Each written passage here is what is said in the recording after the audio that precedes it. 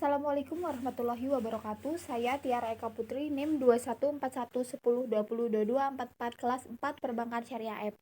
Prodi Perbankan Syariah, Fakultas Ekonomi dan Bisnis Islam. Saya dari mahasiswa Universitas Islam Negeri Profesor Kyai Haji Saifuddin Juhri Purwokerto. Saya di sini akan memenuhi tugas UAS Literasi Media dengan dosen pengampu Ibu Umi Haniati MA. Saya di sini akan menjelaskan tentang perbankan syariah. Selamat menonton. Bank Syariah. Perbankan syariah adalah bank yang menjalankan kegiatan usaha berdasarkan prinsip syariah atau hukum Islam. Salah satu lembaga ekonomi syariah adalah bank berbasis syariah. Jumlah bank syariah semakin meningkat baik dari jumlah bank maupun dari sebuah peningkat aset, dana pihak ketiga, pembiayaan dan laba, dan ikut serta memacu roda perekonomian masyarakat. Dan ada kegiatan operasional bank syariah. Yang pertama ada penghimpunan dana, yaitu penghimpunan dana di bank syariah dapat berbentuk giro, tabungan, dan deposito. Dan yang kedua ada penyaluran dana, yaitu produk pembiayaan syariah terdapat 4 kategori yang dibedakan berdasarkan tujuan penggunanya, yaitu yang pertama pembiayaan dengan prinsip jual beli, dan kedua pembiayaan dengan prinsip sewa, yang ketiga pembiayaan dengan prinsip bagi hasil, dan yang terakhir ada pembiayaan dengan akad pelengkap. Dan yang ketiga ada produk jasa perbankan lainnya, yaitu layanan perbankan di mana bank syariah menerima imbalan atas jasa perbankan di luar fungsi utamanya sebagai lembaga intermediasi keuangan. Selanjutnya ada produk-produk lembaga keuangan syariah. Yang pertama, tabungan syariah, yaitu mempunyai fungsi sama seperti bank konvensional untuk menyimpan dana, tetapi ada akad syariah antara nasabah dan bank. Bisa berupa perjanjian wadiah yang artinya tabungan hanya dititipkan saja sehingga tidak mendapatkan keuntungan. Dan ada juga akad mudharabah yang artinya dana simpanannya dikelola oleh bank dengan sistem bagi hasil. Dan yang kedua ada produk deposito syariah atau simpanan berjangka. Pada bank syariah, produk simpanan berjangka dilakukan berdasarkan akad mudharabah dan nasabah akan mendapatkan bagi hasil setelah jatuh tempo. Manfaat yang bisa dirasakan apabila punya deposito syariah, yaitu yang pertama pembagian keuntungan bisa diatur sendiri atau menjadi jaminan pembiayaan. Dan yang kedua dana simpanan dikelola oleh secara syariah. Yang ketiga dana nasabah telah dijamin oleh lembaga penjamin simpanan atau LPS. Dan yang terakhir terdapat fasilitas automatic rollover atau ARO. Selanjutnya yang ketiga ada produk pinjaman syariah, yaitu alternatif untuk pengadaan barang. Nasabah harus melunasi pinjaman tersebut kepada bank syariah dalam bentuk pembayaran langsung atau cicilan. Transaksi ini tidak termasuk riba selama masih mengikuti syariat Islam dan berpegangan atas asas tolong-menolong. Dan yang keempat ada produk gadai syariah. Salah satu produk keuangan syariah berupa pinjaman tunai yang diberikan kepada nasabah menggunakan akad ron dan ijaroh. Akad tersebut menyatakan bahwa nasabah wajib menyerahkan barang jaminan sebagai persyaratan peminjaman. Jika nasabah atau debitur tidak sanggup melunasi cicilan, maka jaminan dijual untuk menutupi hutang. Dan yang kelima ada produk giro syariah, yaitu produk keuangan syariah yang memberikan fasilitas penyimpanan dana dan penarikannya dilakukan melalui cek atau bilet selain kartu ATM. Konsep giro syariah menggunakan prinsip wadiah atau titipan dengan beberapa ketentuan sebagai berikut.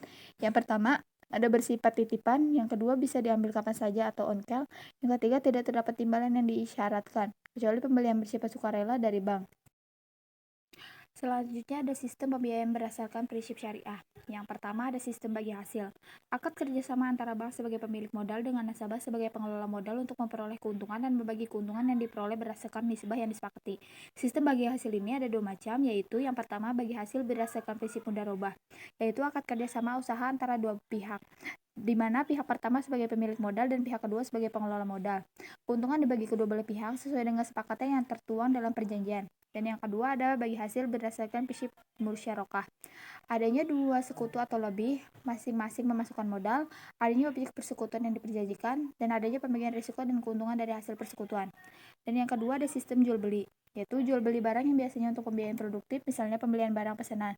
Di sini ada 3 prinsip sistem jual beli, yaitu yang pertama jual beli berdasarkan prinsip murabahah atau akad jual beli atas barang tertentu, bahkan transaksi jual beli tersebut menyebutkan dengan jelas barang yang dijual belikan termasuk harga pembelian dan keuntungan yang diambil. Selanjutnya ada prinsip jual beli berdasarkan prinsip al-istisna. Akad jual beli barang pesanan antara nasabah atau pembeli dan bank atau penjual. Spesifikasi dan harga barang pesanan disepakati di awal akad dengan pembayaran dilakukan secara bertahap sesuai kesepakatan. Dan yang ketiga ada pembiayaan berdasarkan prinsip as-salam. Akad jual beli barang pesanan antara nasabah atau pembeli dan bank atau penjual. Spesifikasi dan harga barang pesanan berkenaan dengan hasil bumi. Dan yang ketiga ada sistem sewa, yaitu akad pemindahan hak penggunaan atau pemanfaatan atas barang atau jasa dan melalui pembayaran sewa kepada pemilik. Pembiayaan berdasarkan prinsip ijaroh atau sewa terdiri dua macam, yaitu ijaroh atau sewa menyewa dan ijaroh an muntahiyah bitamlik atau sewa dengan hak opsi atau sewa beli. Selanjutnya ada prinsip-prinsip syariah yang dilarang dalam operasional perbankan syariah. Yang pertama, maisir atau gambling atau judi. Di bahasa Arab biasanya disebut kimar yang artinya taruhan atau perlombaan. Memperoleh keuntungan tanpa bekerja keras. Judi pada umumnya atau maisir dan kimar dan penjualan undian khususnya atau azlam dan segala bentuk taruhan. Undian atau lotera berdasarkan pada bentuk perjudian adalah haram di dalam Islam. Islam melarang segala aktivitas bisnis yang mendatangkan uang yang diperoleh dari untung-untungan, spekulasi dan ramalan atau tekanan, atau misalnya judi bukan diperoleh dari pekerjaan. Yang kedua ada prinsip garor. Garor adalah tolak ukur dalam sebuah akad. Garor disepakati sebagai salah satu unsur yang tidak boleh ada dalam setiap produk dan praktik keuangan Islam. Goror dalam literatur ekonomi dan keuangan Islam jauh lebih sedikit dibandingkan riba. Selanjutnya yang terakhir ada prinsip riba atau bunga. Riba adalah pengambilan atau tambahan dari harta pokok atau modal secara batil. Maksud dari tambahan di sini yaitu tambahan kuantitas dalam penjualan aset yang tidak boleh dilakukan dengan perbedaan kuantitas. Tambahan utang yang harus dibayar karena tertunda pembayaran, seperti bunga utang dan tambahan yang ditentukan dalam waktu penyerahan barang berkaitan dengan penjualan aset yang diharuskan setelah terima langsung. Sekian penjelasan dari saya, kurang lebihnya saya mohon maaf. Wassalamualaikum warahmatullahi wabarakatuh. Terima kasih.